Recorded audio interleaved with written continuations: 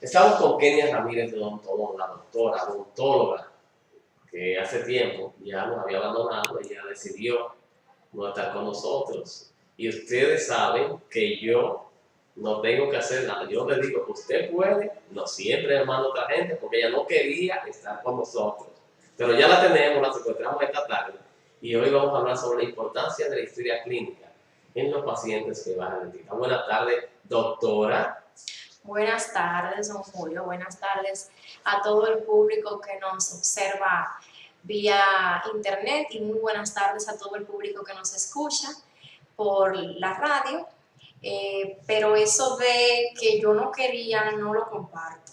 Lo sacó los pies. No lo comparto. Lo que Usted nos pasa abandonó. es que hay que dar chance también a que otros doctores que tengan temas muy interesantes también lo expongan y aprendan, entonces el público aprenda de todo lo que ellos tienen que decir, porque no solamente soy yo, o sea, somos muchos colegas y de seguro que tienen conocimientos mucho más amplios que los míos en cuanto a temas específicos. No, pero usted decidió sacarlo los pies. Ay, no es así. Bueno, pues si no es así, doctora, cuéntenos por qué es importante la historia clínica del paciente que viene a odontología, porque regularmente yo iba a una persona por ahí, no voy a decir su nombre, que murió, y me sacaba una buena, nunca me preguntó nada. No, mire, yo le voy a hablar, vamos primero a empezar con lo que es la historia clínica. Muchas veces cuando usted como paciente acude a la consulta odontológica, se desespera mucho por las preguntas que se realizan y también por el tiempo que se dura en interconsulta, esperando que salga el que está dentro para usted entrar. Lo que pasa es que no es tan fácil como se ve. Y es importante realizar lo que es la historia clínica, que no es más que una serie de preguntas sobre datos del paciente y antecedentes de algunas enfermedades familiares o si se ha operado el paciente, si padece de algo, si sufre de algo, si ha ido al médico en general.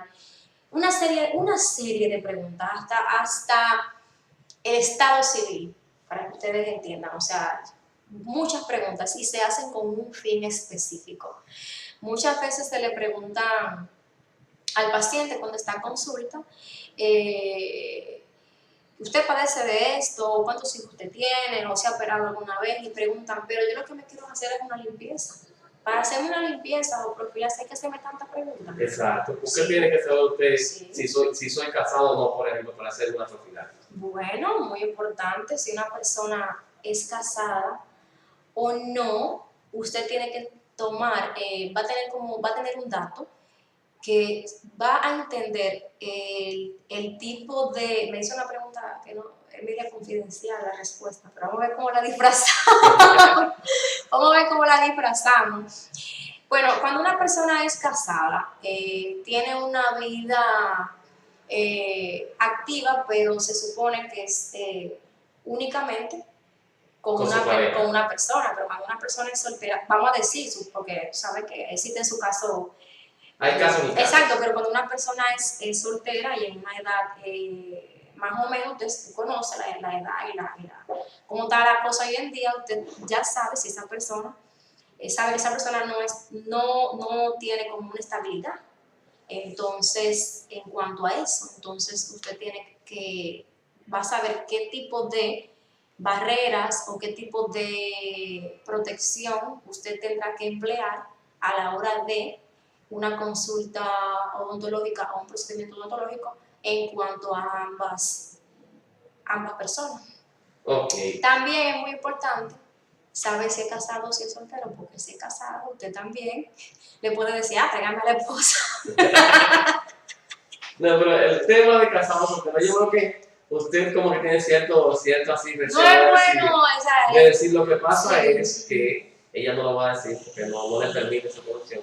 Pero si usted tiene más de una pareja, convive con más de una persona, lo probable es que usted tenga algún tipo de enfermedad de transmisión y al momento de tratarse, pues el médico tiene también que cuidar su integridad. Entonces, no es lo mismo usted, por ejemplo, tratar a un niño menor de 10 años, que usted sabe que ahí no hay temas que tengan que ver con enfermedad de transmisión sexual, que usted tratar a un paciente de vida promiscua. Porque usted sabe que entonces ahí los riesgos son muy distintos. Exacto. Por ahí que anda la cosa. Por ahí que anda la cosa. Ajá. Usted la dijo mal. Déjeme decirle que cuando se hace una historia clínica, se valora el estado médico del paciente, que eso incluye lo que es un relato escrito y un relato verbal. Entonces, por eso es que cuando hace una historia clínica, después que se termina con el paciente, se le pone al paciente a firmar que todo lo que dijo el paciente en esa historia es real. O sea, usted está dando su palabra de lo que usted expresó acá, es algo real, no es ficticio. Usted dijo la verdad. Exactamente. Todos esos datos se recopilan, se anotan en la historia clínica, y entonces usted plasma su firma de que usted, todo lo que dijo es real. ¿Qué sucede? Antes de uno atender a un paciente, se tiene que hacer la historia clínica y después la exploración física, que es cuando ya uno chequea al paciente, la consulta en sí, que es lo que más conocen, que usted entra al explorador, se pone a ver si hay algún tipo de caries dental, una enfermedad periodontal, etc. Antes de uno hacer cualquier tipo de profilaxis, ya tiene que estar enterado de ciertas cosas que es el paciente quien va a decirle al odontólogo, al doctor. ¿Por qué? Porque a veces existen pacientes que tienen algún problema cardiovascular, tienen alguna válvula, van a algún procedimiento quirúrgico que va directamente con lo que es el corazón. Entonces no dicen, no dan esa información, entonces están poniendo en riesgo su vida y están poniendo en riesgo también la integridad del médico, porque hay medicamentos que tienen que indicarse a los pacientes antes de uno ponerle la mano tan siquiera para una limpieza. Ok, pero usted me está diciendo, doctora, por ejemplo, que si una persona viene a consulta y no le dice, mira, yo soy hipertenso o yo sufro de diabetes, si no se lo dice a usted no lo va a adivinar, pero usted podría en cualquier momento estar corriendo el riesgo de que ese paciente, su vida peligre o la integridad incluso del centro donde usted labora, peligre porque ese paciente luego, mira, pero fue por el procedimiento, pero usted no dijo que usted era un paciente diabético. Ni diabético, exacto. Por eso uno indaga tanto al paciente cuando es la primera vez que se consulta, para uno plasmar todo en historia clínica. ¿Usted padece de algo? No. ¿Hace qué tiempo usted fue al médico general? Hace tanto. ¿Por qué fue? O sea, uno le busca la forma de sacar como hasta lo último, la última información que pueda dar el paciente. Incluso a veces usted se ha operado, a veces usted toma algún medicamento, para ver si entonces ahí se acuerda de que toma algún medicamento y por ende, ¿y por qué toma ese medicamento? Porque usted es hipertenso, porque eso es para presión. ¿Qué sucede? Cuando hay un paciente hipertenso, que no es más que el aumento de la presión arterial, tenemos que usar incluso una anestesia diferente a un paciente que no sea hipertenso. Entonces, si usted es hipertenso y va a la consulta a extraerse una pieza o hacerse un procedimiento que requiera de anestesia, si usted me informa que es hipertenso, yo puedo ponerle una anestesia que sea para paciente no hipertenso y puedo provocar entonces un problema en la consulta con usted. Doctora, no pacientes femeninas embarazadas que no dicen que están embarazadas, quizás no lo saben, otras están embarazadas y no lo pueden decir. ¿Qué ocurre con eso? Bueno, eso es muy delicado. Eso es muy delicado. Porque el primer trimestre del embarazo es el más delicado. Incluso el último trimestre también. Las pacientes embarazadas, lo más recomendable es atenderse en los 3 meses que están por el medio, en el segundo trimestre del embarazo. Porque el primer trimestre... El cuarto y el sexto mes. Ajá, porque el primer trimestre es todavía, es muy alta la probabilidad de que con cualquier susto que la paciente tenga en la consulta pueda provocarle una pérdida del embarazo. Okay. Y en el último trimestre puede ser que un susto pueda provocarle un parto prematuro.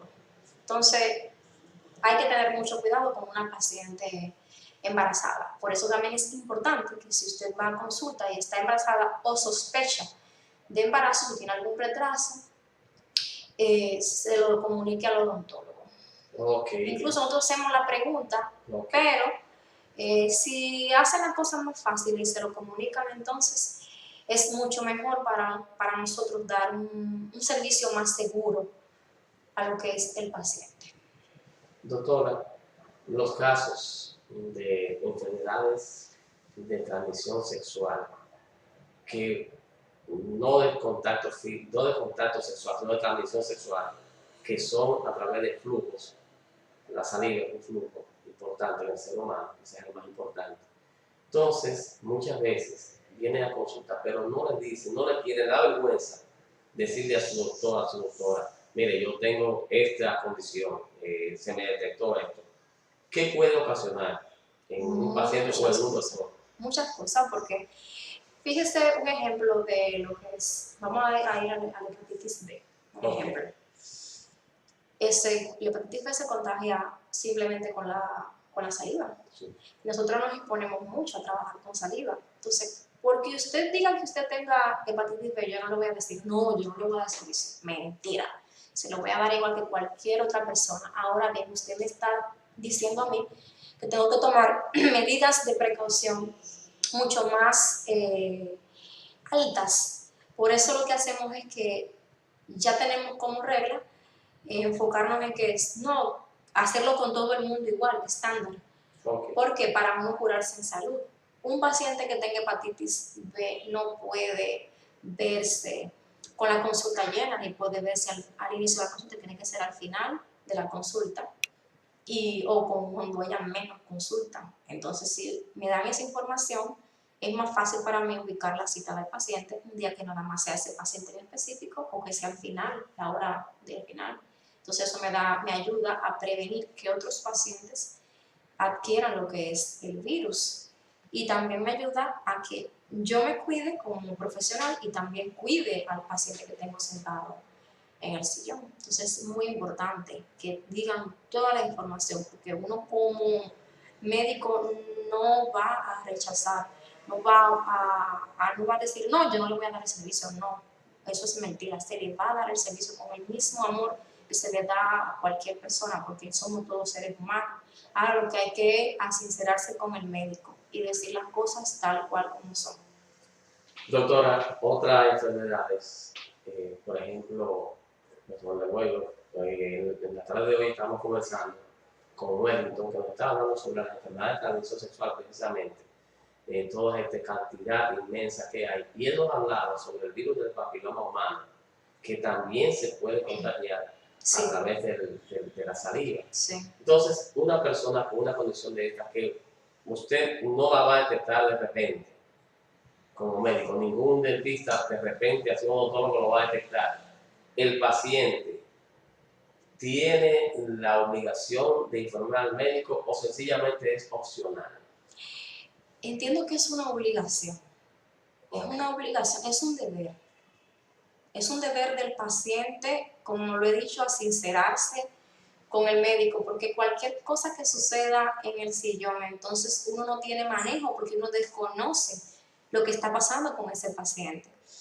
Si usted sabe que tiene si usted tiene un diagnóstico de un BPH, pues usted coméntelo, que eso no lo va a hacer, no va a hacer que uno no quiera atenderlo como un paciente ni tratarlo diferente. Simplemente va a hacer que uno tome medidas que hay que tener para un paciente con tal afección.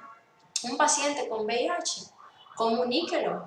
Es lo más recomendable comunicar las afecciones que tienen los pacientes, porque yo puedo tomar en cuenta algo con un paciente que tenga VIH como con otro que no lo tenga. Entonces, lo mejor es que sea sincero y le comunique a su médico o odontólogo de qué padece. Por eso es importante que haya una relación odontólogo-paciente de confianza. Estrecha, exacto. Que usted se sienta que usted va a donde un odontólogo, que usted confíe en esa persona y que usted entonces entienda que sí, que porque no voy a culpar, porque a veces, no, que yo no puedo dar mi información así, pero tiene que buscar una gente que usted le inspire la confianza de dar ese tipo de información, porque estamos trabajando con salud. Y como le dije al principio del programa, hay afecciones que no son estas enfermedades de transmisión, vamos a decir que eso es lo más sencillo de manejar acá, pero hay personas que se van a someter a lo que son el reemplazo de válvula o tienen ya válvulas cardíacas reemplazadas o en algún momento tienen una obstrucción y tuvieron que hacerle algún procedimiento. Esas personas no se pueden tocar para nada si no se toman primero una profilaxis antibiótica. Porque si se le tocan, entonces las bacterias de la boca se alojan directamente en el corazón. Entonces eso va a traer consecuencias graves, muy graves. Si no lo mata, lo deja hacer. Lo mejor es que lo comuniquen. Entonces, el resumen de hoy es confianza con su odontólogo. Recuerde que el odontólogo es un médico, que es una persona que además maneja con discreción. Somos psicólogos. Los odontólogos somos psicólogos. Okay. Maneja con discreción lo que es la individualidad de cada paciente. Así es. Lo que usted le diga a su odontólogo, lo va a saber su odontólogo solamente. Así es. No va a ser un chisme de esto. Entonces, dele al odontólogo la oportunidad de que le conozca a usted mejor, porque así el tratamiento seguro que va a ser mucho más fácil para ambos. Exacto, es así. Bien, doctora, pues vamos a darle un consejo final a la gente que nos está escuchando. Bueno, y a los que nos están mirando. Un consejo final, bueno, respecto al tema, que traten de tener un odontólogo que sea de su entera confianza. Y no solamente un odontólogo, si usted va a un médico en salud general, busque un médico en el cual usted confíe y se sienta en confianza, que le inspire confianza, porque usted va a poner su salud en manos de otras personas. Y nada, eso es todo. Asesorarse bien, comunicar, porque comunicando se cuida usted y cuida a los demás también. Bueno, entonces, señores, la doctora Kenia Ramírez, que está en Odontodón, en la Plaza Sonata 2, en Madrevieja, primer nivel. Contacto con ustedes por acá por Odontodón. Sí, pueden llamar al 809-288-5878, también al 809-288-2482 y por vía WhatsApp al 849-916-1616. ¿Están abiertos todos los días? De lunes a viernes, de 8 de la mañana a 6 de la tarde, y los sábados de 8:30 a 12 del mediodía. Bueno, doctora, pues gracias. A usted.